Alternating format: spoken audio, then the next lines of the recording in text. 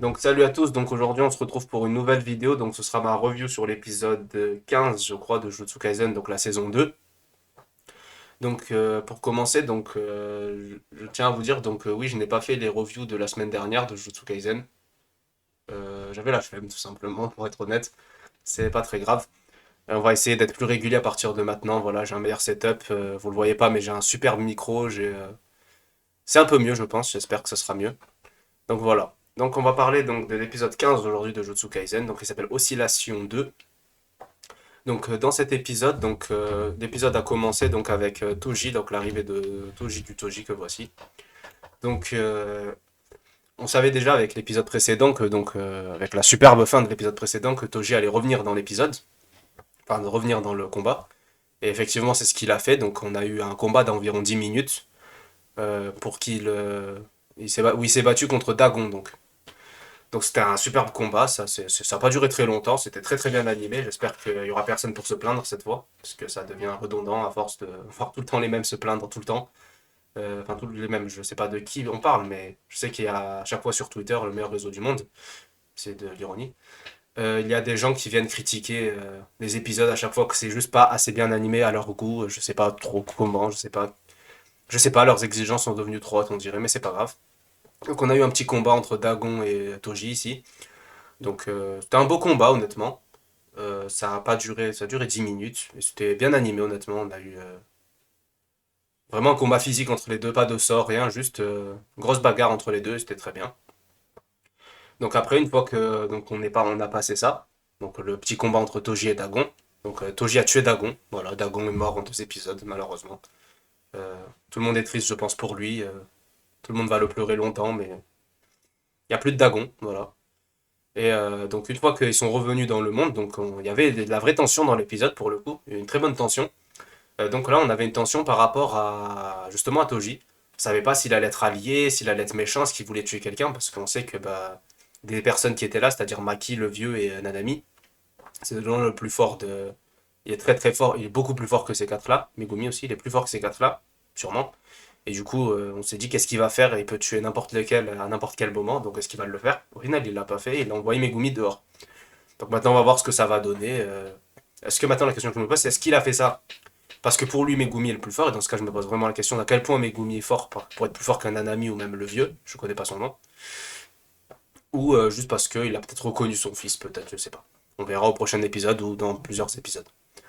Donc moi je composerai l'épisode en trois parties. Donc on a eu la première partie, donc c'était Toji contre Dagon. Deuxième partie, Jogo qui crame tout, on va dire ça. Et le réveil de Sukuna. Donc pour passer à Jogo, il est arrivé, voilà, il est arrivé comme ça, hors champ, d'un seul coup, on le voit sur l'écran, il crame Nanami, il crame le Maki, il crame le vieux. Évidemment, je pense pas que les trois sont morts, peut-être que certains sont morts, mais je pense pas qu'il les a juste tués comme ça, hors champ, vite fait, en une demi-seconde, ça me paraît très étonnant. Et ensuite, on a eu l'arrivée de Sukuna, du coup. Donc Jogo a senti, on va dire, la présence de Sukuna, puisque on a eu les deux filles de l'épisode précédent, non, les deux filles, on va dire, amies de ghetto, on va dire, qui ont voulu lui donner à manger, des doigts. Ils ont voulu lui donner des doigts, et du coup, Jogo, il a reconnu l'aura, on va dire, de Sukuna. Et du coup, il lui a donné plein de doigts, 10 doigts. Voilà, on sait pas où ils les ont trouvés, on sait pas d'où ils les sont sortis, les doigts. Mais voilà, boum, 10 doigts en plus. Il est passé de 5 à 15. Donc de dangereux à hyper, hyper, hyper dangereux.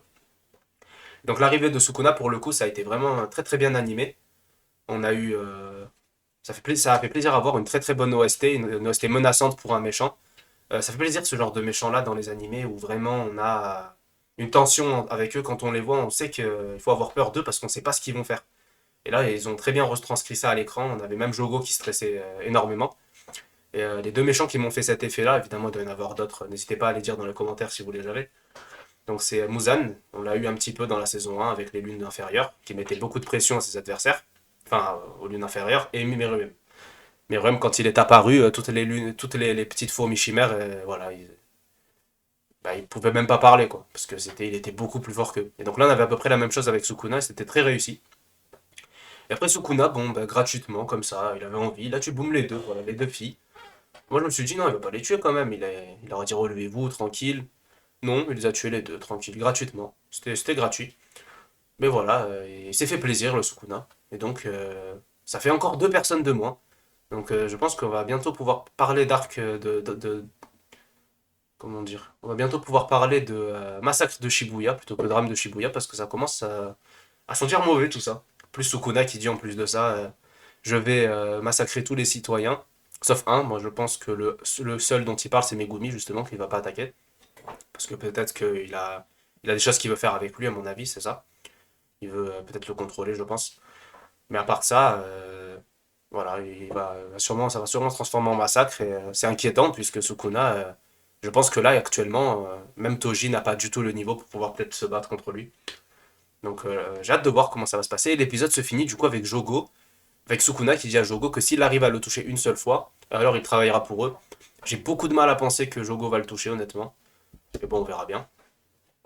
Donc voilà, donc j'ai fait rapidement l'épisode, j'ai décrit. Donc niveau scénario, bah, ça avance tranquillement.